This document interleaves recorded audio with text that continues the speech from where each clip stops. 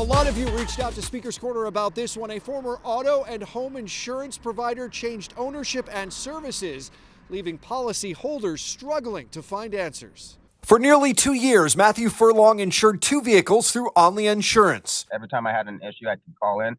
I'd get a hold of a customer service agent in like less than 10 minutes. But then in March 2024, Onlia was sold. When they switched over to a bigger company, I was put on hold for an hour. Frustrated, he canceled his policy, found another provider. And I found something a lot better.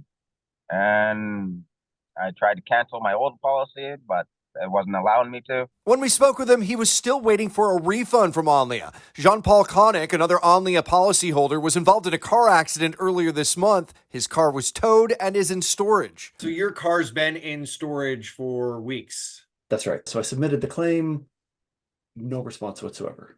Both men joined a chorus of Onlia customers who reached out to Speaker's Corner with a series of complaints. Onlia hit the Ontario market in 2018, offering home and auto insurance policies underwritten by Verisure. It catered to tech-savvy customers. One of the reasons we went with them is that we could do everything online. We don't have to talk to someone on the phone, don't have to wait on the phone, everything's online. In 2024, Verisure exited, and Onlia was purchased by private equity firm Southampton Financial, which changed it from insurance provider to insurance broker. And customers say that's when things took a turn. Sounds like they had like major issues, but they didn't reach out to anyone. They underestimated what it was going to take to transition from the insurance company over to the broker side. And Onlia says the problems are the result of the business acquisition. Quote, Verisure's exit from the Ontario personal insurance lines market necessitated the need to transfer Onlia's customer base to new insurance carriers.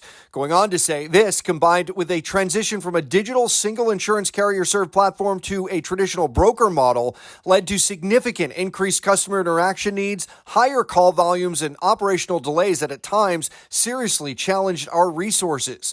Onlia says it's working to hire more staff to deal with customers who purchase policies. Quote, all servicing issues are transitional in nature. They were unanticipated at the time that the transition to a broker model began and are now being fully remediated.